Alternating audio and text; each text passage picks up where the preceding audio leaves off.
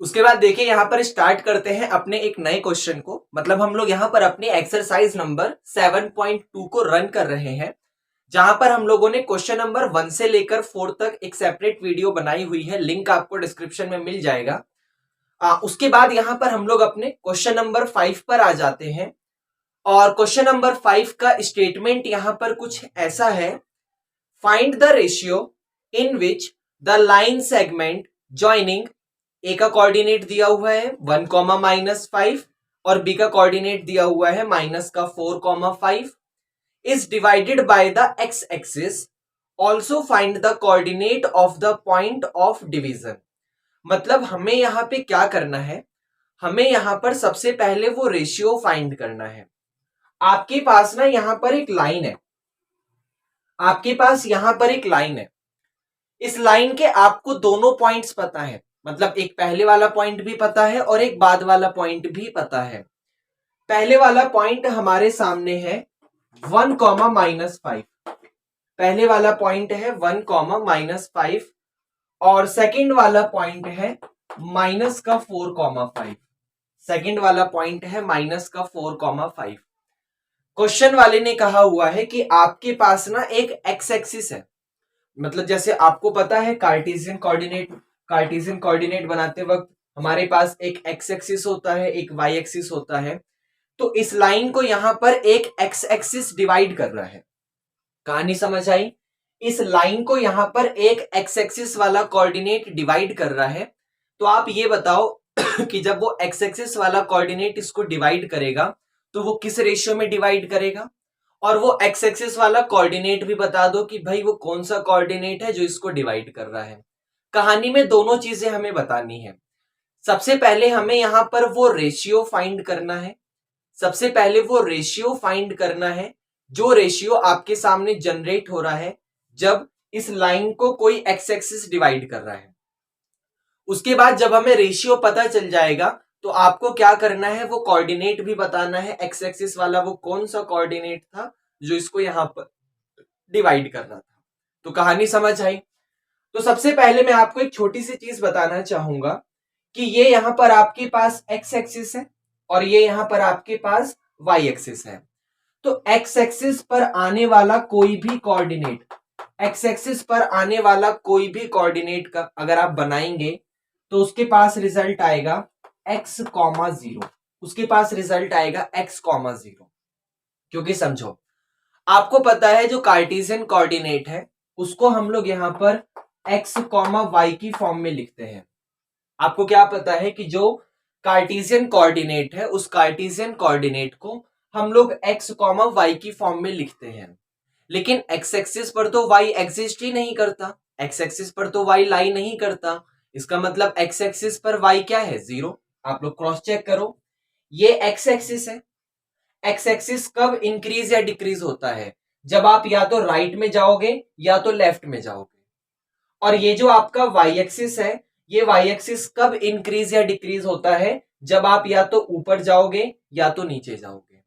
तो x axis आपको right या फिर लेफ्ट में जाने पर मिल रहा था और y एक्सिस आपको अपर या फिर डाउन में जाने पर मिल रहा था।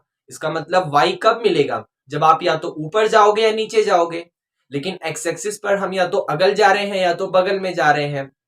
इसका मतलब क्या है कि x एक्सिस पर y तो एग्जिस्ट करता नहीं है, और जब x एक्सिस पर y का कोऑर्डिनेट एग्जिस्ट नहीं करेगा तो पूरे के पूरे x एक्सिस पर y का कोऑर्डिनेट क्या हो जाएगा? y का कोऑर्डिनेट 0 हो जाएगा, क्योंकि y तो ऊपर या नीचे जाने पर इंक्रीज या डिक्रीज हो रहा था और हम लोग तो अगल या बगल जा रहे हैं। तो इसका मतलब किसी भी x एक्सिस का कोऑर्डिनेट अगर आप लिखना चाहते हैं तो आपको रिजल्ट मिलेगा x, 0। इसका मतलब इस लाइन को जो कोऑर्डिनेट डिवाइड कर रहा होगा वो कोऑर्डिनेट आपके सामने यहां पर कुछ x, 0 टाइप का होगा। कहानी समझ आई?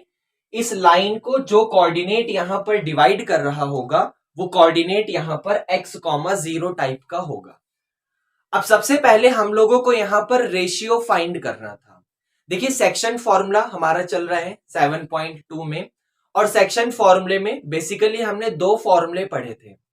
पहला फॉर्मूला हम लोगों ने कुछ ऐसा पढ़ा था, मैं यहां लिख देता हूं, x, y is equal to kx2 plus x1 divided by k plus 1 ऐसा कुछ पढ़ा था, comma k y2 plus y1 divided by k plus 1। और एक और क्या पढ़ा था, एक और पढ़ा था x comma y is equal to m x two plus n x one divided by m plus n, comma m y two plus n y one divided by m plus n. ऐसा कुछ पढ़ा था, मैंने रफली लिखा है कोने में। तो मैंने आपको बताया था कि अगर हमें रेशियो फाइंड करना है, अगर हमें रेशियो फाइंड करना है तो हम लोग के वाला फॉर्मूला यूज करते हैं। अगर हम लोगों को कोऑर्डिनेट फाइंड करना है तो हम लोग ये एम और एन वाला फॉर्मूला यूज करते हैं।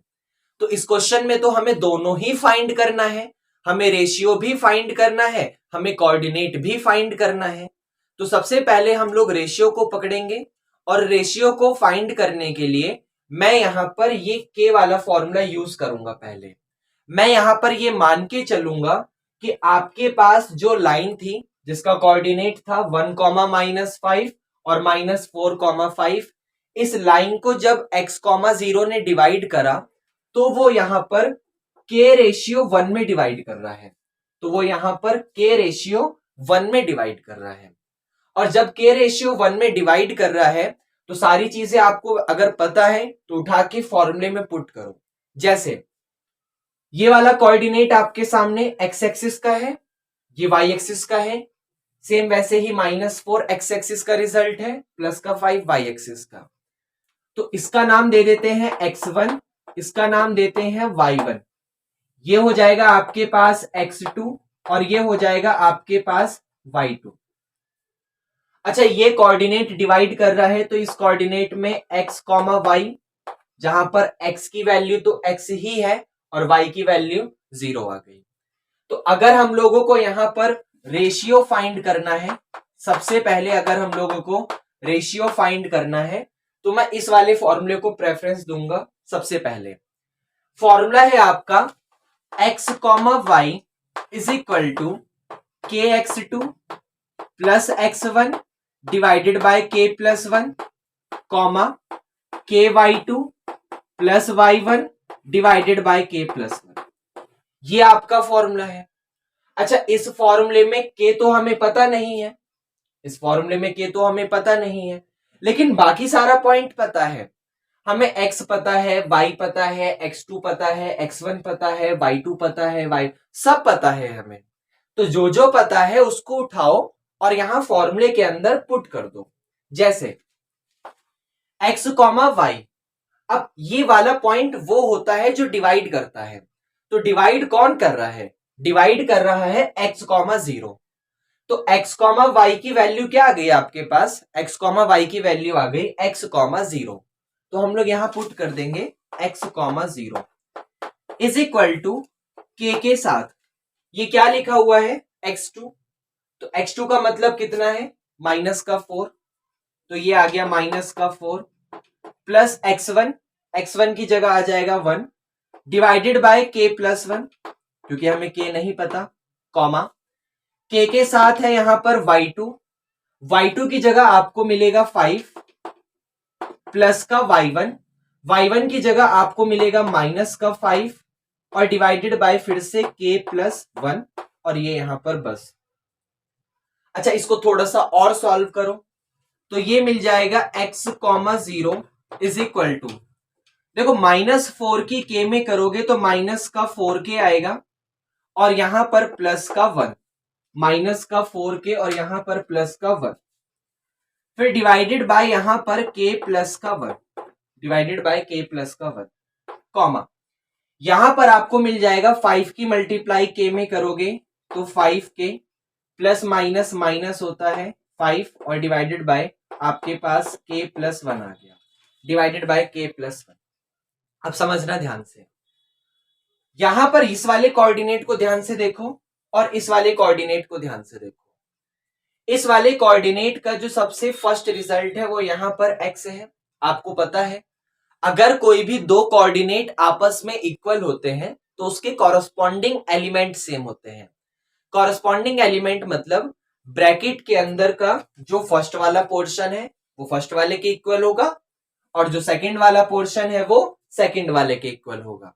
तो समझो, फर्स्ट वाला पोर्शन मतलब x, यहां पर ये x किसके इक्वल हो गया, ये माइनस का 4k प्लस का 1 डिवाइडेड बाय k प्लस 1, ये इसके इक्वल हो गया, डिवाइडेड बाय k प्लस 1, ये इसके इक्वल हो गया।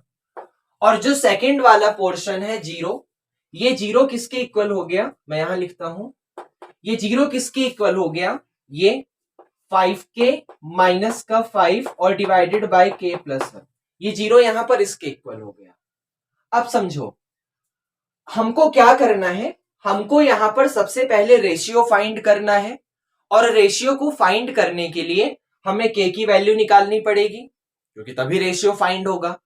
और जब रेशियो हमारे पास फाइंड हो जाएगा तो हम लोग क्या करेंगे, उस k की वैल्यू को उठा के यहां पर पुट कर देंगे, हमारे पास x भी फाइंड हो जाएगा। तो सबसे पहले इसको थोड़ा सा सॉल्व करते हैं। ये जो रिजल्ट आपको दिख रहा है इसको थोड़ा सा सॉल्व करिए। सॉल्व करने के लिए आप क्या कर सकते हैं, सॉल्व करने के लिए आप एक काम करिए, इसके नीचे 1 मान के क्रॉस मल्टीप्लीकेशन कर दीजिए। इसके नीचे 0 के नीचे कुछ नहीं लिखा, 1 लेट करो और क्रॉस मल्टीप्लाई कर दो। तो क्रॉस मल्टीप्लाई जब करोगे तो 1 की मल्टीप्लाई 5 के माइनस 5 में होगी, तो 5 के माइनस का 5 ही आएगा। अच्छा, 0 की मल्टीप्लाई k प्लस 1 में करोगे तो आपके पास 0 आ जाएगा, क्योंकि 0 की मल्टीप्लाई किसी में भी करो घूम फिर के 0 ही आ जाता है। अब ये वाला माइनस का 5 उधर जाके प्लस हो जाएगा, तो ये रिजल्ट आ गया 5k माइनस का 5 इधर जाके आपके पास प्लस का 5 हो गया। भाई माइनस का 5 इधर जाके प्लस का 5 हो गया। अब 5 से 5 कैंसिल हो गया तो k की वैल्यू आपके पास 1 आ गई। 5 से 5 कैंसिल हो गया तो k की वैल्यू 1 आ गई। अब सोचो, हमने रेशियो को क्या लेट करा था, हमने रेशियो को k रेशियो 1 लेट करा था। हमने तो रेशियो को यहां पर k रेशियो 1 लेट करा था, और k की वैल्यू हमारे पास 1 आ गई। इसका मतलब k की जगह हम लोग 1 पुट कर देंगे, तो रेशियो हो जाएगा 1:1। रेशियो कितना हो जाएगा, 1:1। अच्छा, उसके बाद अगर k की वैल्यू हमारे पास 1 आ गई तो उसको उठाओ और उठा के यहां पर पुट कर दो, तो x आ जाएगा। तो ये आपके पास हो जाएगा यहां पर x is equal to minus का 4 इंटू k की जगह 1 आ जाएगा, पीछे से प्लस का 1 डिवाइडेड बाय 1 प्लस का 1।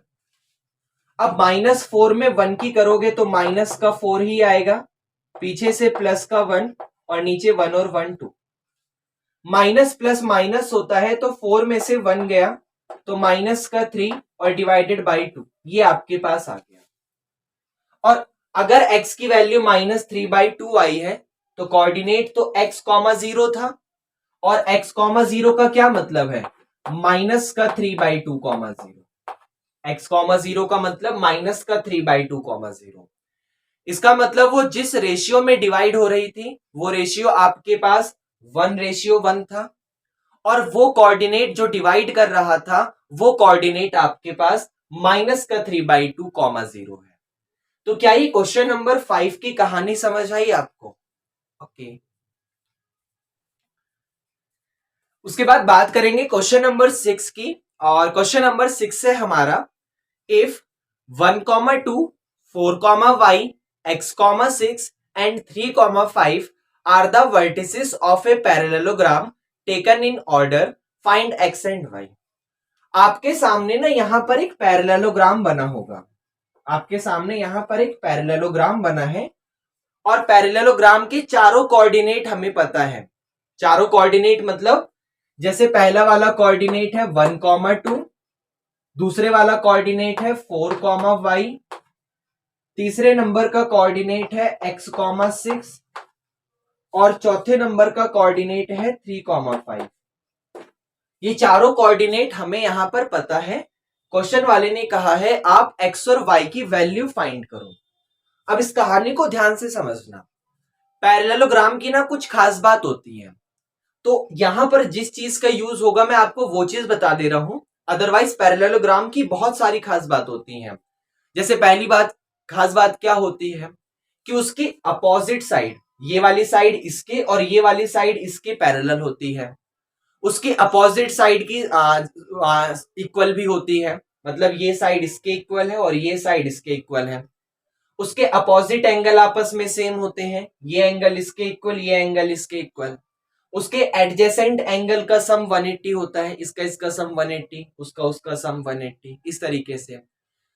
एक और खास बात होती है, पैरेललोग्राम के जो यहाँ पर डायगोनल होते हैं, पैरेललोग्राम के जो यहाँ पर डायगोनल होते हैं वो एक दूसरे को बाइसेक्ट करते हैं, वो एक दूसरे को बाइसेक्ट करते हैं। मतलब अगर आप यहाँ पर इस तरीके से एक डायगोनल ड्रॉ करोगे और इस तरीके से एक डायगोनल ड्रॉ करोगे, तो ये वाला जो डायगोनल आएगा, मतलब ये वाला डायगोनल, बीच में आपको पॉइंट मिल जाएगा क्योंकि बाइसेक्ट हो रहा है, बाइसेक्ट होने का मतलब बिल्कुल बीचों बीच वाला पॉइंट मिलेगा। और ये वाला डायगोनल भी बाइसेक्ट हो रहा है, मतलब ये वाला डायगोनल इसको बाइसेक्ट कर रहा है, तो ये पार्ट इसके इक्वल है, इसका मतलब ये बिल्कुल बीचों बीच वाला पॉइंट होगा। और ये वाला डायगोनल इसको बाइसेक्ट कर रहा है, इसका ये मतलब है कि ये वाला पार्ट इसके इक्वल होगा, इसका मतलब ये बिल्कुल बीचों बीच वाला पॉइंट होगा। एक बार और समझो, आपके पास यहां पर ये एक डायगोनल है और ये एक डायगोनल है, इसी प्रॉपर्टी का यूज होगा, तो ढंग से समझना। जो ये वाला डायगोनल है ना, जो ये वाला डायगोनल है वो इसको बाइसेक्ट कर रहा है, वो इसको बाइसेक्ट कर रहा है। बाइसेक्ट करने का मतलब इसका ऊपर वाला पार्ट इसके नीचे वाले पार्ट के इक्वल है। जैसे ये वाला डायगोनल इसको बाइसेक्ट कर रहा है, इसको बाइसेक्ट कर रहा है।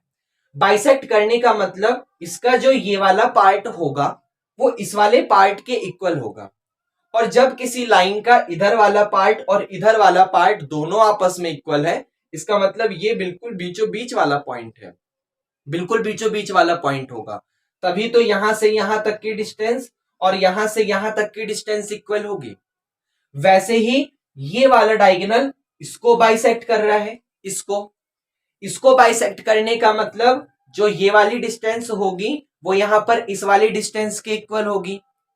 इस कहानी का ये मतलब है कि ये बिल्कुल बीचों बीच वाला पॉइंट होगा, तभी तो यहां से यहां तक की डिस्टेंस और यहां से यहां तक की डिस्टेंस इक्वल होगी। अब समझो, इस वाले डायगोनल का भी मिड पॉइंट यहां पर ये रहा, इस वाले डायगोनल का भी मिड पॉइंट ये रहा और इस वाले डायगोनल का भी मिड पॉइंट ये रहा। मतलब दोनों के दोनों डायगोनल का अगर आप मिड पॉइंट निकालोगे तो वो सेम आएगा, क्योंकि इसका मिड पॉइंट ये रहा, उसका मिड पॉइंट ये रहा, दोनों के दोनों डायगोनल का मिड पॉइंट सेम है। इसका मतलब आप क्या करो, यहां पर जो ये अपोजिट कोऑर्डिनेट है, जैसे इसका अपोजिट कोऑर्डिनेट ये, क्योंकि डायगोनल वाला लेना है, और इसका अपोजिट कोऑर्डिनेट ये, तो दोनों के मिड पॉइंट को यहां पर सेम रख दो और सेम रखने के बाद अपने एक्स और वाई की वैल्यू को फाइंड कर लो। रीजन हमें ये देना होगा because the diagonal of a parallelogram bisect each other, because the diagonal of a parallelogram bisects each other।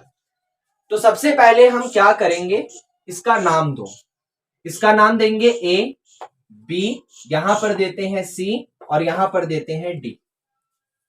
तो हम लोग क्या करेंगे, mid point of A C is equal to mid point of B D, इसका mid point और इसका mid point दोनों same put करेंगे, तो इसको लिख लेना, mid point of A C is equal to mid point of B D. इसको हम लोग यहां पर देखेंगे। अच्छा, एसी का मिड पॉइंट कैसे निकलेगा, मिड पॉइंट वाला फॉर्मूला क्या होता है, फॉर्मूला होता है x1 plus x2 divided by 2 comma y1 plus y2 divided by 2। आप x वाले कोऑर्डिनेट को x वाले कोऑर्डिनेट में प्लस करके 2 से डिवाइड कर दो और y वाले कोऑर्डिनेट को y वाले कोऑर्डिनेट में प्लस करके 2 से डिवाइड कर दो। जैसे हम लोग इसका और इसका मिड पॉइंट निकालना चाहते हैं तो क्या करेंगे, इसका x वाला कोऑर्डिनेट है 1 और इसका x वाला कोऑर्डिनेट है x, तो हम लोग 1 और x को प्लस करके 2 से डिवाइड करेंगे, हम लोग 1 और x को प्लस करके 2 से डिवाइड करेंगे, कॉमा इसका y वाला कोऑर्डिनेट है 2 और इसका y वाला कोऑर्डिनेट है यहां पर 6। तो हम लोग 2 और 6 को प्लस करके फिर 2 से डिवाइड करेंगे। मतलब x वाले कोऑर्डिनेट को x वाले कोऑर्डिनेट में प्लस करके 2 से डिवाइड करा, कॉमा y वाले कोऑर्डिनेट को y वाले कोऑर्डिनेट में प्लस करके 2 से डिवाइड करा, इज इक्वल टू यही काम यहां पर अप्लाई करो। यहां पर x का कोऑर्डिनेट है 3 और यहां पर x का कोऑर्डिनेट है 4। तो हम लोग क्या करेंगे, 3 और 4 को प्लस करेंगे और फिर 2 से डिवाइड करेंगे, कॉमा यहां पर y का कोऑर्डिनेट है 5 और यहां पर y का कोऑर्डिनेट y ही है। तो 5 और y को फिर से प्लस करेंगे, 5 और y को फिर से प्लस करेंगे और फिर 2 से डिवाइड करेंगे। तो मिड पॉइंट फॉर्मूला लगाना आया। ओके, अब x तो पता नहीं है, x की वैल्यू क्या है, तो इसको तो सॉल्व कर नहीं सकते, तो 1 प्लस एक्स बाई 2 ही रहने दो, कॉमा 6 में 2 को प्लस कर दो। जब 6 और 2 को प्लस करोगे तो 8 आएगा और 8 को 2 से डिवाइड करोगे तो 4 आ जाएगा। जब 2 और 6 को प्लस करोगे तो 8 आएगा और 8 को 2 से डिवाइड कर दोगे तो 4 आ जाएगा, इज इक्वल टू 3 और 4 को प्लस करोगे तो 7 आएगा और 7 तो 2 से डिवाइड नहीं होता, तो 7/2 ही रहने देना, कॉमा 5 y पता नहीं है, कुछ कर नहीं सकते, तो इसको 5 प्लस y/2 ही रहने दो। इतनी कहानी समझ आई। अब सोचो, ये वाला कोऑर्डिनेट यहां पर इस वाले कोऑर्डिनेट के इक्वल है। तो आपको पता है अगर कोई दो कोऑर्डिनेट आपस में इक्वल होते हैं तो उसकी कॉरेस्पॉन्डिंग एलिमेंट सेम होते हैं। मतलब फर्स्ट वाला एलिमेंट फर्स्ट वाले के इक्वल होगा और सेकंड वाला एलिमेंट सेकंड वाले के इक्वल होगा। तो यहां पर फर्स्ट वाला है 1 प्लस x/2, ये किसके इक्वल आ गया, ये फर्स्ट वाला मतलब 7/2 के इक्वल आ गया। और ऐसे यहां पर सेकंड वाला है 4, ये किसके इक्वल आ गया, ये यहां पर इस वाले 5 प्लस y/2 के इक्वल आ गया। अब इसको भी सॉल्व करो, इसको भी सॉल्व करो, x और y की वैल्यू निकालो। तो सॉल्व करते वक्त 2 से 2 कैंसिल हो जाएगा, तो हमारे पास 1 plus x is equal to 7 आ गया। अब ये प्लस का 1 उधर जाके माइनस हो जाएगा, तो x की वैल्यू आ गई 7 माइनस 1 और 7 में से 1 गया, तो x की वैल्यू आपके पास 6 आ गई। उसके बाद यहां पर देखो, ये जो 2 डिवाइड में है वो यहां 4 के पास मल्टीप्लाई में चला जाएगा, तो 4 2 जा हो गया 8 is equal to 5 plus y, 4 2 जा हो गया 8 is equal to 5 plus y. अब प्लस का 5 इधर आके माइनस हो जाएगा, तो y की वैल्यू आ गई आपके पास 8 प्लस का 5 इधर आके माइनस हो गया और 8 में से 5 जाएगा तो आपके पास y की वैल्यू 3 आ जाएगी। मतलब यहां पर x की वैल्यू 6 है और y की वैल्यू 3 है। तो क्या क्वेश्चन नंबर 6 आया? ओके।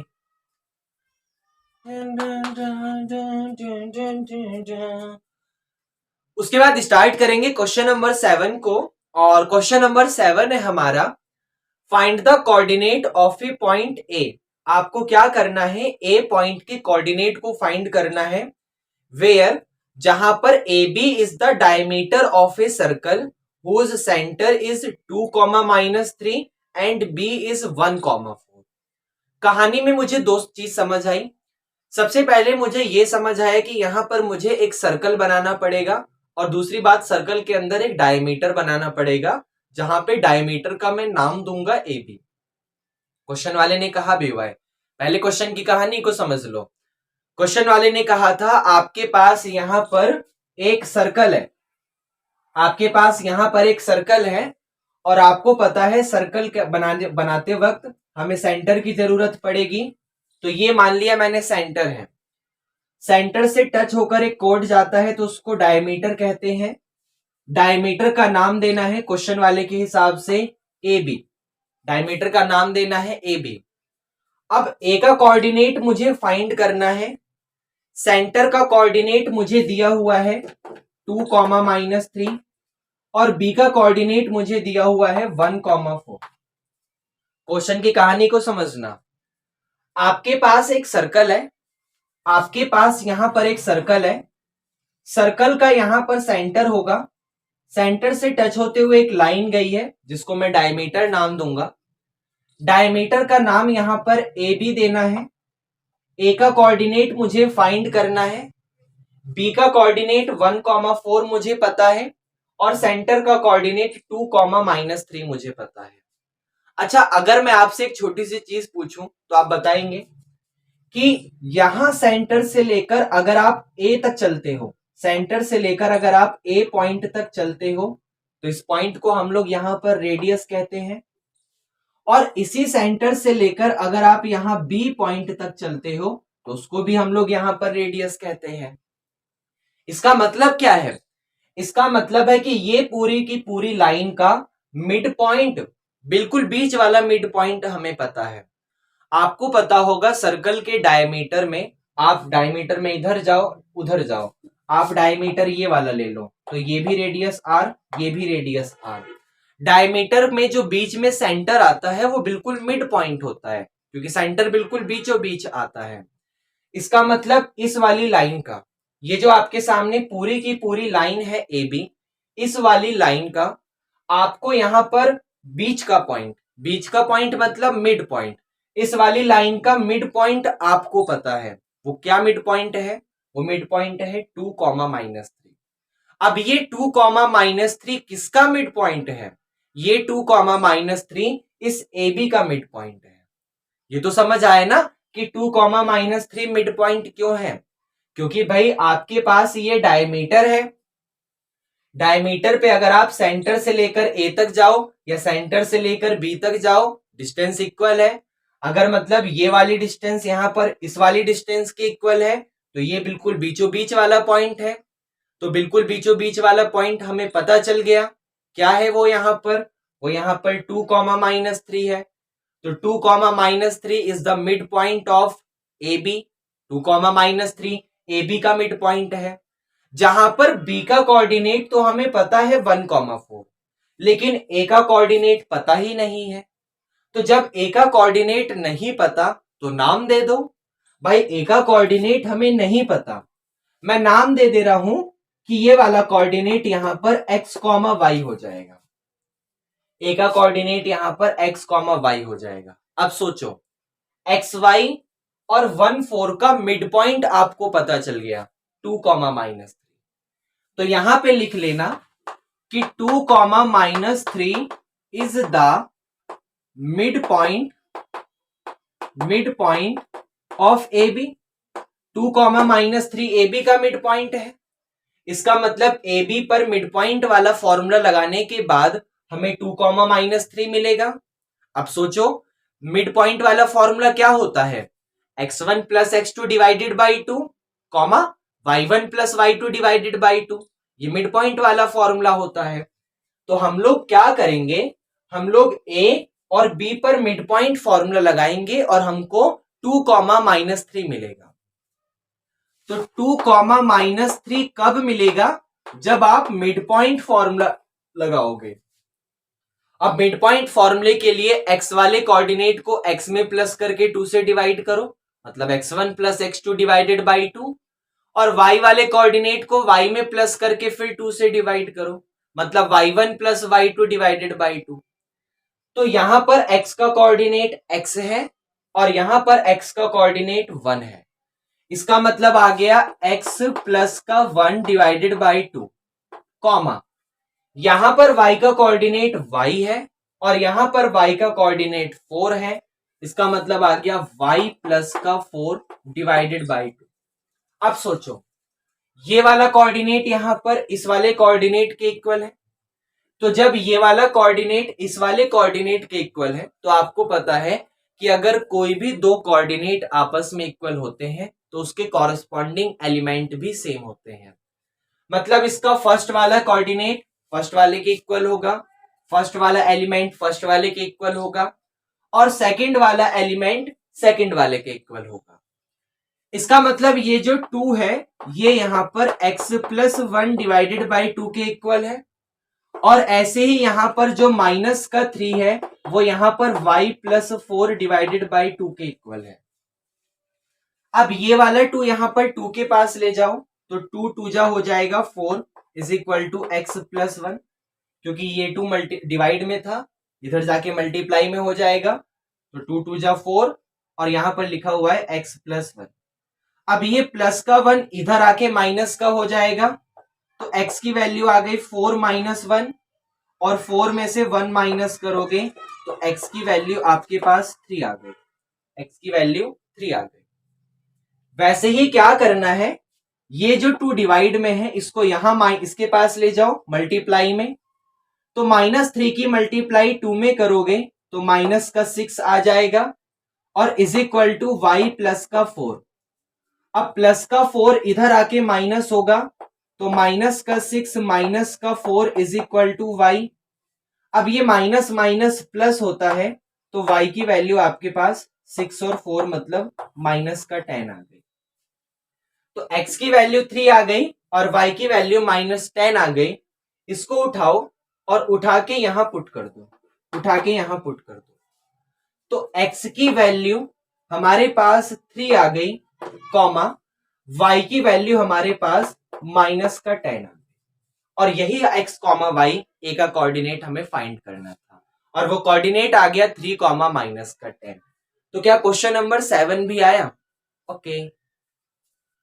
उसके बाद बात करेंगे क्वेश्चन नंबर 8 की, और क्वेश्चन नंबर 8 है हमारा यहां पर, if a and b are -2 -2 and 2 -4 respectively, find the coordinate of p such that AP is equal to 3/7 of AB and P lies on the line segment AB।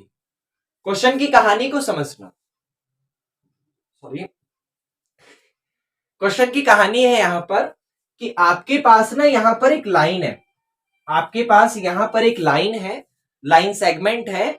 इस line segment का पहला and point है A और दूसरा and point है यहां पर B। आपके पास एक लाइन सेगमेंट है और इस लाइन सेगमेंट का ये वाला पॉइंट है A, ये वाला पॉइंट है यहां पर B।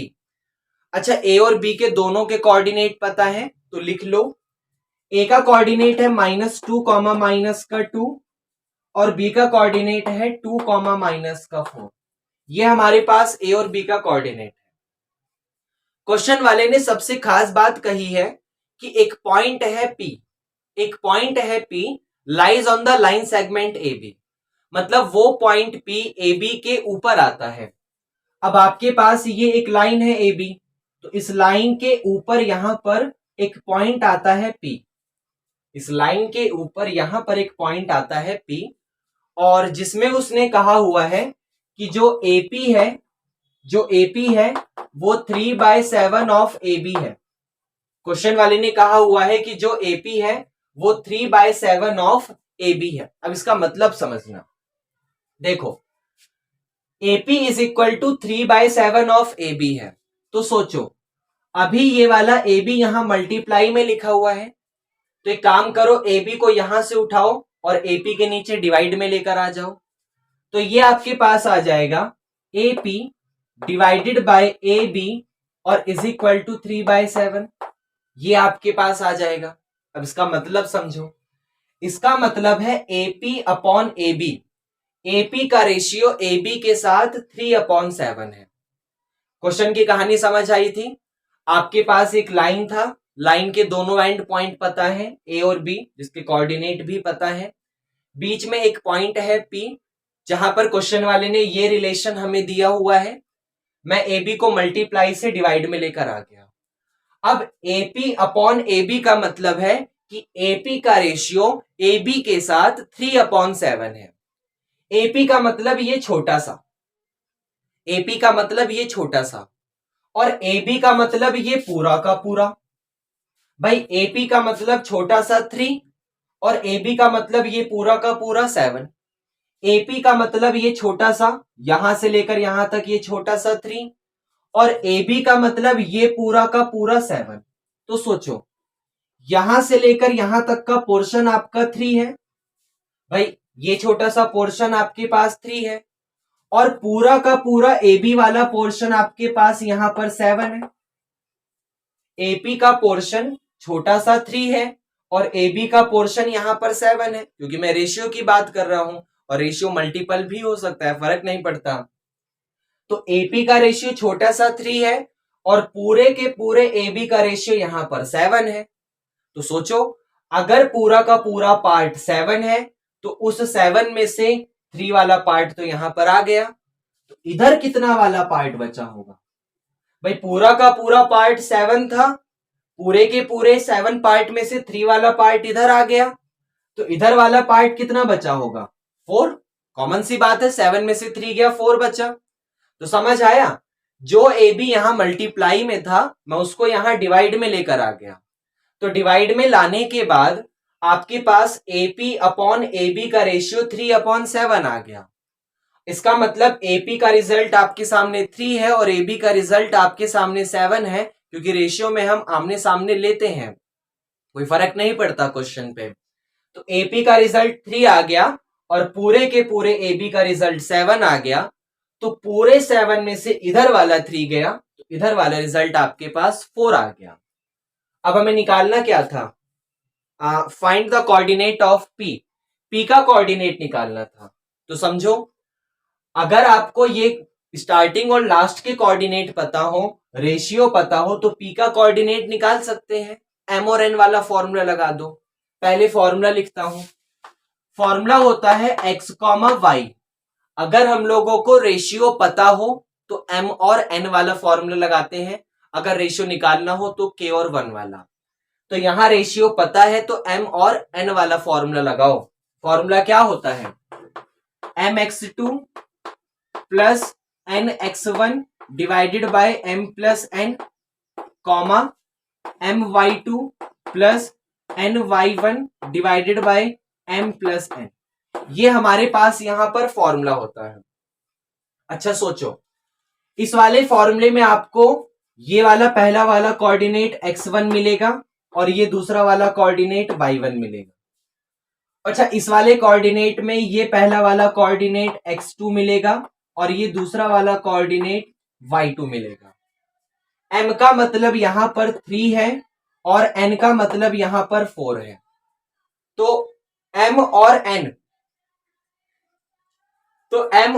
आप बाहर गाना हो रहा है, मतलब कोई बारात वगैरह जा रही है, शायद बारात नहीं बोलते, जिसे कहते हैं ना वो दुल्हन जाती है बाद में वो मटका सा लेके, पता नहीं क्या, तो वो छोड़ो। तो m की वैल्यू 3 आ गई और n की वैल्यू आपके पास 4 आ गई। अच्छा, ये कोऑर्डिनेट x1 और y1 आपको पता है और ये कोऑर्डिनेट का नाम मैंने x2 और y2 दिया। तो सारे के सारे रिजल्ट पता चल गए, उठा के फॉर्मूले में पुट कर दो। तो ये रिजल्ट आ जाएगा x comma y is equal to, अच्छा x कॉमा वाई क्या है? x comma y is the coordinate of p। जो कोऑर्डिनेट हमें p का फाइंड करना है वो होता है ये x कॉमा वाई। तो m का मतलब 3 इंटू में x2 का मतलब ये वाला 2 प्लस का n का मतलब 4 इंटू में x1 का मतलब माइनस का 2 divided by m plus n मतलब 3 प्लस 4, कॉमा m का मतलब ये वाला 3 इंटू में y2 का मतलब ये माइनस का 4 प्लस का n का मतलब ये वाला 4 इंटू y1 का मतलब ये माइनस का 2 और divided by m plus n मतलब फिर से 3 प्लस का 4। तो ये आपके पास आ गया x comma y is equal to 3 2 जा 6 और प्लस माइनस माइनस और 4 2 जा 8 और डिवाइडेड बाय 3 और 4 7। 3 में से 4, अच्छा सॉरी, मल्टीप्लाई हो रही है तो 3 4 जा 12, लेकिन माइनस का 12 आएगा क्योंकि माइनस लगा हुआ है, यहाँ प्लस है तो प्लस माइनस माइनस। 4 2 जा 8, लेकिन फिर प्लस माइनस माइनस हो जाएगा, 4 2 जा 8 डिवाइडेड बाय 3 प्लस 4 मतलब 7। तो x कॉमा वाई आपके पास आ गया, 6 में से 8 जाएगा तो माइनस का 2 divided by 7, comma minus minus plus होता है तो 12 और 8 प्लस कर दो तो 20 डिवाइडेड बाय 7। मतलब x कॉमा वाई का कोऑर्डिनेट आ गया -2/7, कॉमा -20/7। और यही कोऑर्डिनेट हमें यहां पर फाइंड करना था।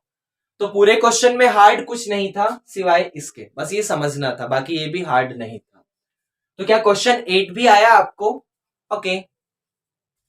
उसके बाद बात कर लेते हैं क्वेश्चन नंबर 9 की, और क्वेश्चन नंबर 9 है हमारा find the coordinate of the point. आपको क्या करना है, पॉइंट्स के कोऑर्डिनेट्स को फाइंड करना है, विच डिवाइड द लाइन सेगमेंट, जो क्या कर रहे हैं, एक लाइन सेगमेंट को डिवाइड कर रहे हैं, जहां पर लाइन सेगमेंट के आपको पॉइंट्स पता है, इनटू 4 इक्वल पार्ट्स, वो उसको 4 इक्वल पार्ट्स में डिवाइड कर रहे हैं।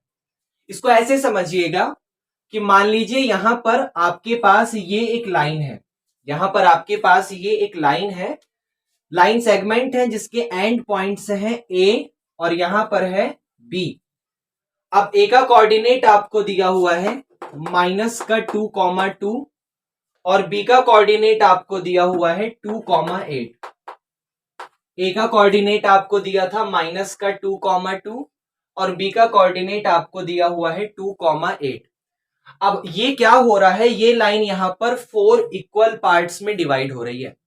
4 इक्वल पार्ट्स में डिवाइड होने का मतलब ऐसे समझना, जैसे सबसे पहले अगर मैंने बीच में बिल्कुल बीचों बीच एक लाइन ड्रॉ करी, इस लाइन सेगमेंट के बिल्कुल बीचों बीच यहां पर ये पॉइंट लिया, लेट से इस वाले पॉइंट का नाम मैंने दिया सी, तो इस पॉइंट की वजह से ये पूरी की पूरी लाइन सेगमेंट 2 पार्ट में डिवाइड हो गई, एक पार्ट इधर आ गया और दूसरा पार्ट उधर आ गया। तो ये पूरी की पूरी लाइन सेगमेंट इस सी की वजह से 2 पार्ट में डिवाइड हो गई। लेकिन हमें कितने पार्ट्स में करनी है, हमें तो 4 पार्ट्स में डिवाइड करनी है, और चारों के चारों पार्ट इक्वल होना चाहिए। तो समझो, अब यहां पर देखो, यहां पर मैं क्या करूंगा, बीच में इधर एक और लाइन ड्रॉ करूंगा और यहां पर एक और पॉइंट लूंगा। मतलब सी को भी, जो हमारे पास पहले मैंने सी को लिया था जिसकी वजह से ए और बी 2 पार्ट में डिवाइड हो गया था, एक पार्ट इधर वाला एक पार्ट इधर वाला, अब मैं ए और सी को फिर 2 पार्ट में डिवाइड कर दूंगा, तो इसका नाम दे देता हूं डी। तो मेरे पास फिर से जो ये AC है, ये AC यहां पर 2 पार्ट में डिवाइड हो गया, एक पार्ट इधर और दूसरा पार्ट इधर। सेम वैसे ही इसका नाम देता हूं E। तो मेरे पास ये जो पूरा का पूरा CB था, ये पूरा का पूरा CB फिर 2 पार्ट में डिवाइड हो गया, एक पार्ट इधर और दूसरा पार्ट इधर। तो कहानी समझ आई आपको? आप ध्यान से देखो, ये पूरी की पूरी लाइन AB, पूरी की पूरी लाइन ये AB यहां पर कितने पार्ट्स में डिवाइड हो गई, 4 पार्ट्स में। और वैसे भी मैंने आपको आई थिंक पहले किसी क्वेश्चन में बताया हुआ है कि जब आपको किसी लाइन को जितने भी पार्ट्स में डिवाइड करना है, उससे एक कम तक लाइन ड्रॉ करो। जैसे इसको 4 पार्ट्स में डिवाइड करना था तो 3 कट लगाओ, फर्स्ट सेकंड थर्ड, जिसकी वजह से पहला पार्ट इधर आ गया, दूसरा पार्ट इधर, तीसरा पार्ट इधर, चौथा पार्ट इधर। अगर 5 पार्ट में डिवाइड करना होता तो 4 कट लगाता और इस तरीके से क्वेश्चन को सॉल्व करता। तो यहां पर सबसे पहले मैंने क्या करा, मेरे पास जो लाइन थी AB, इस लाइन के बिल्कुल बीचों बीच में मैंने एक कट लगाया C, और फिर इसी AC के बिल्कुल बीचों बीच में एक कट लगाया D, और फिर इसी CB के बिल्कुल बीचों बीच में एक कट लगाया E। तो कहानी समझ आई? ये जो मैंने बोला है इसको समझ आई मैंने क्या बोला है? मैंने कहा सबसे पहले पूरे की पूरी AB के बिल्कुल बीचों बीच में कट लगाओ C। अब इसका मतलब क्या है, अगर ये वाला C इस AB के बिल्कुल बीचों बीच वाला पॉइंट है, इसका मतलब C तो मिड पॉइंट है, बिल्कुल बीचों बीच वाला पॉइंट है, बिल्कुल मिडल मोस्ट पॉइंट है। किसका पॉइंट है? इस AB का। इसका मतलब AB का मिड पॉइंट फाइंड करने पर हमें क्या मिलेगा, इस AB का मिड पॉइंट फाइंड करने पर हमें C मिल जाएगा, क्योंकि C तो जो है वो बिल्कुल बीचों बीच में है। किसके बिल्कुल बीचों बीच में है? इस A और B के बिल्कुल बीचों बीच में है। इसका मतलब C is the mid point of AB। अगर आप AB पर मिड पॉइंट फॉर्मूला अप्लाई करेंगे तो आपको C मिल जाएगा। चलो पहले यही करते हैं।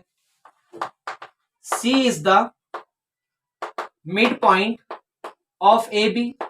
C जो है वो AB का मिड पॉइंट है। अब C का कोऑर्डिनेट निकालने के लिए आप क्या करो, AB पर मिड पॉइंट फॉर्मूला लगा दो। तो मिड पॉइंट फॉर्मूला पता तो है ना, x1 plus x2 divided by 2, comma y1 plus y2 divided by 2, ये फॉर्मूला होता है। मतलब x वाले कोऑर्डिनेट को प्लस करो और 2 से डिवाइड करो, और ऐसे ही y वाले कोऑर्डिनेट को प्लस करो और फिर 2 से डिवाइड करो।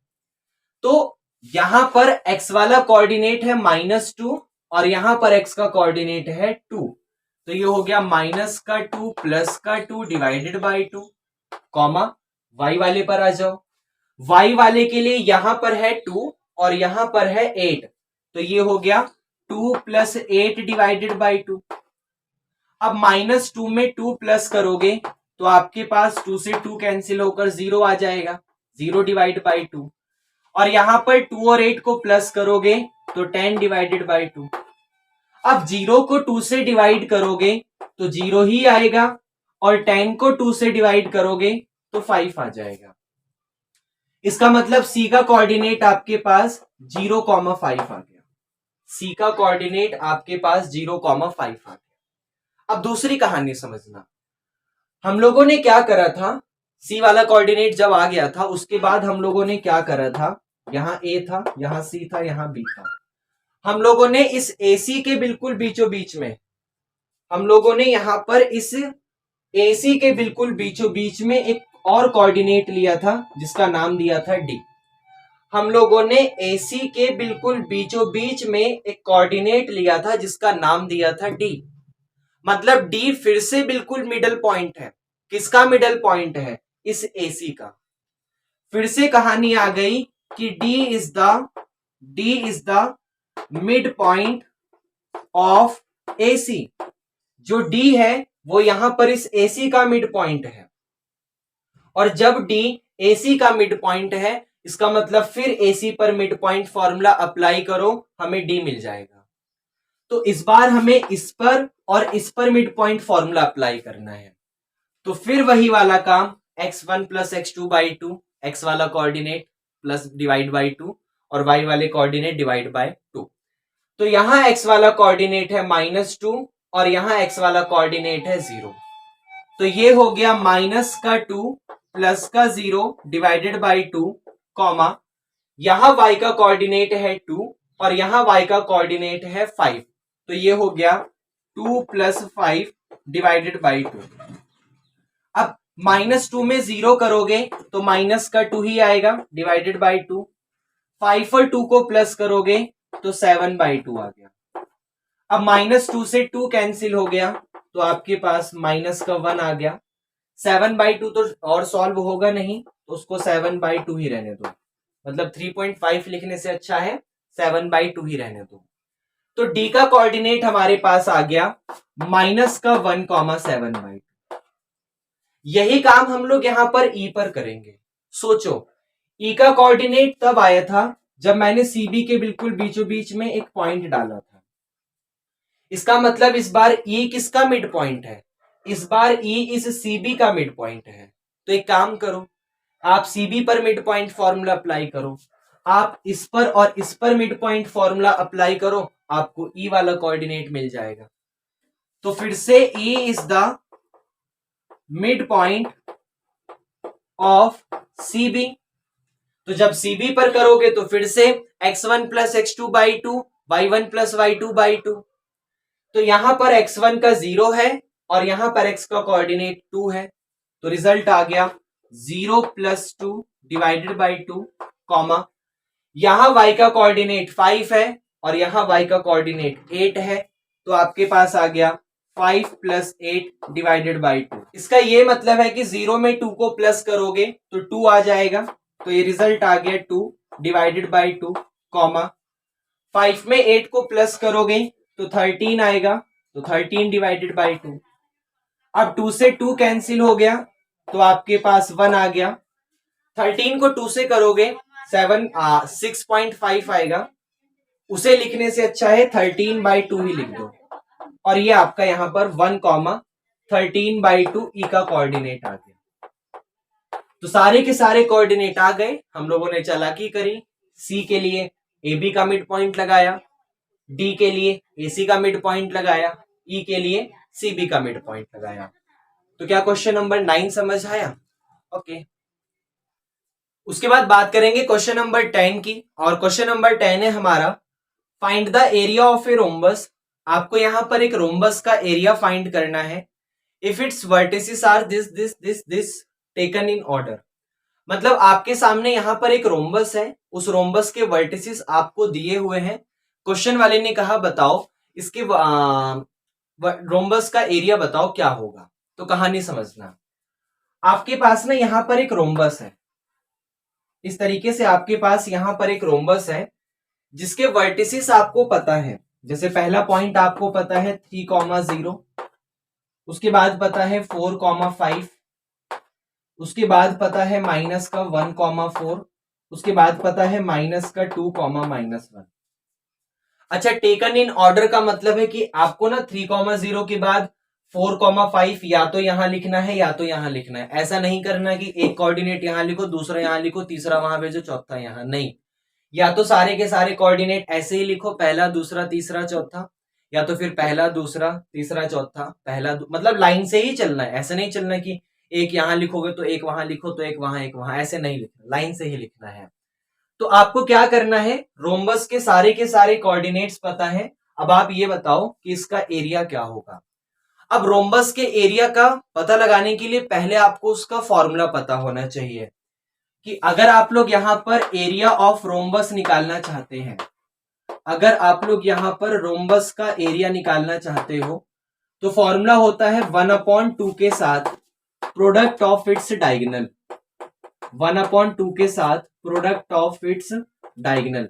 आप उसके डायगोनल की प्रोडक्ट करके 2 से डिवाइड कर दो, आपके पास उसका एरिया आ जाएगा। मतलब product of its length of diagonal वो। तो सबसे पहले डायगोनल का मतलब देखो, इसका नाम दे दो ए, बी, सी और डी। तो इसके पास यहां पर 2 डायगोनल है। या तो डायगोनल आपके पास ये वाला है AC, और या तो आपके पास ये वाला डायगोनल है यहां पर BD। तो हम लोगों को क्या करना है, ये AC वाली लेंथ भी निकालनी है, ये BD वाली लेंथ भी निकालनी है, और दोनों को प्रोडक्ट करके 2 से डिवाइड करना है। तो सबसे पहले सोचो AC वाली लेंथ कैसे निकलेगी। लेंथ का मतलब क्या होता है, डिस्टेंस। यहां से लेकर वहां तक की डिस्टेंस कितनी है। इसका मतलब जब आप AC वाली लेंथ को निकालोगे तो आपको डिस्टेंस फॉर्मूला अप्लाई करना होगा, आपको डिस्टेंस फॉर्मूला अप्लाई करना होगा। तो डिस्टेंस फॉर्मूला आपको पता है क्या होता है, under root of x2 minus x1 का whole square plus y2 minus y1 का होल स्क्वायर। ये डिस्टेंस फॉर्मूला होता है। तो जब AC पर डिस्टेंस फॉर्मूला अप्लाई करोगे तो x में से x वाले कोऑर्डिनेट को माइनस करके उसका स्क्वायर, प्लस y में से y वाले कोऑर्डिनेट को माइनस करके उसका स्क्वायर, ये हमें करना होगा। तो यहां पर x का कोऑर्डिनेट है -1, तो -1 में से माइनस कर दो 3, अंडर रूट के अंदर -1 में से माइनस कर दो 3 और उसका होल स्क्वायर, प्लस 4 में से माइनस कर दो 0 और उसका होल स्क्वायर, 4 में से माइनस कर दो 0 और उसका होल स्क्वायर। तो ये आपके पास यहां पर हो गया। -1 को -3 में करोगे तो माइनस का 4 आएगा, और माइनस के 4 का स्क्वायर प्लस का 16 होता है। 4 में से 0 गया, 4 बचेगा, 4 का स्क्वायर फिर 16 होता है। अब अंडर रूट 16 और अंडर रूट 16 मतलब अंडर रूट के अंदर 32, 16 16 32 हो गया। ऐसे ही हम लोग यहां पर इस BD वाली लेंथ को फाइंड करेंगे। तो BD वाली लेंथ के लिए फिर से डिस्टेंस फॉर्मूला अप्लाई करेंगे। तो फिर x माइनस एक्स कोऑर्डिनेट उसका square, y minus y coordinate उसका स्क्वायर। तो यहां पे x का कोऑर्डिनेट है -2, तो -2 में से 4 को माइनस कर दो, अंडर रूट के अंदर -2 में से 4 को माइनस करके उसका स्क्वायर, प्लस यहां -1 है, -1 में से माइनस कर दो 5, -1 में से माइनस कर दो 5 और उसका होल स्क्वायर, ये हमें करना होगा। तो ये आपके पास यहां पर हो गया अंडर रूट के अंदर -2 और -4 होता है माइनस के 6, और माइनस के 6 का स्क्वायर हो गया 36, प्लस -1 और -5 फिर -6 और फिर -6 का स्क्वायर आपके पास फिर 36 हो गया। 36 को 36 में प्लस करोगे तो अंडर रूट के अंदर 72 आ गया। अब सोचो, यहां पर आपको अंडर रूट के अंदर 32 मिल रहा था, यहां पर अंडर रूट के अंदर 72 मिल रहा था। आप चाहो तो 32 को थोड़ा सा छोटा करके लिख सकते हो। आप लोग 32 के प्राइम फैक्टर कर दो, मैं यहां कर देता हूं।